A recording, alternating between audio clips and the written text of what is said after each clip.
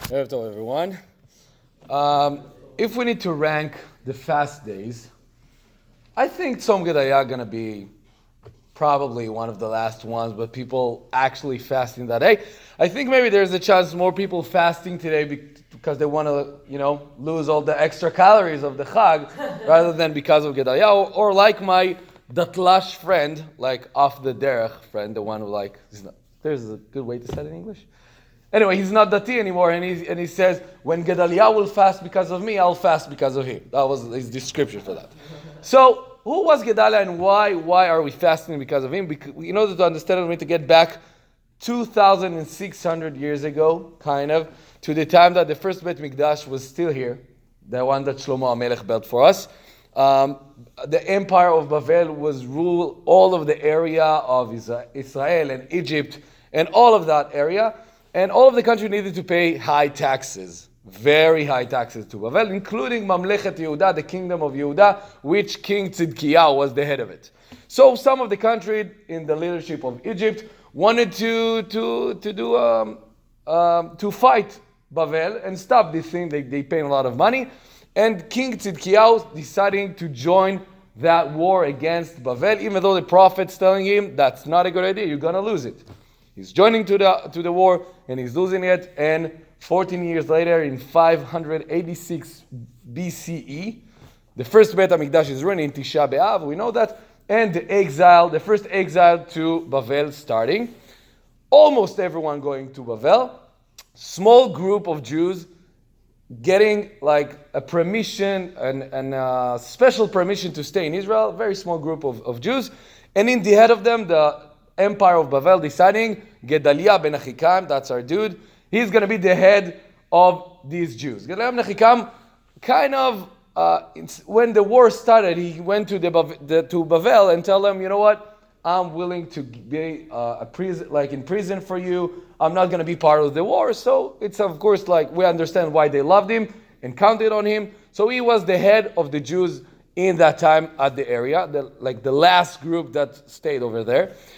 But another Jew named Ishmael ben Netanyahu was a descendant of David HaMelech. He thought, well, why Gedaliah needs to be the one who lead us? I can do that also. What's the reason? I'm even from a family of kings, so that can be even better. I'll be the one. So he's thinking with a lot of groups of his friends to kill Gedaliah ben Achikam. Now, Gedaliah ben Achikam is being told about that, about the plan of Ishmael ben Netanyahu, but he's believe in peace, he believe in good deeds. So he even invite Ishmael ben Netanyahu to his palace to eat with him and to drink with him wine. And in the end of that meal, Ishmael ben Netanyahu kills Gedaliah ben Achikam.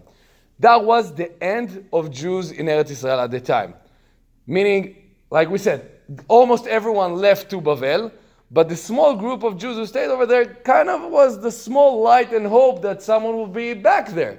And at the time, because they left after Gedaliah ben Achikam was killed, and the Empire of Bavel sent everyone to Bavel, the end of the Yeshuva Yehudi, like the settlements in Israel, it called like that at the time, was end. So I think the reason why we fast, and the reason why we still remember that, first of all, that was the first political murder. This is how we call it, like someone actually killing someone because of his job or because of his opinions about him. Unfortunately, that wasn't the last one, as we know.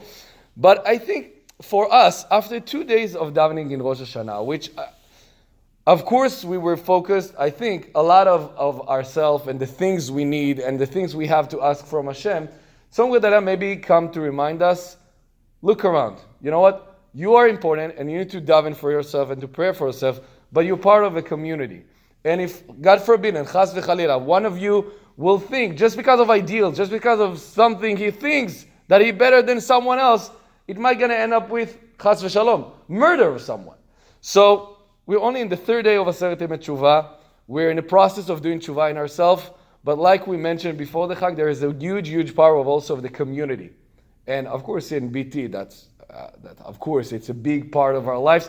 So I want to bless us that we will learn from Tzom Gedaliah, even if you fast and if you don't, that during the process of Teshuvah, during the process of returning back to Hashem, beside of you and your path of that, there's also our community who can give you a lot of strength if we're just going to use it right.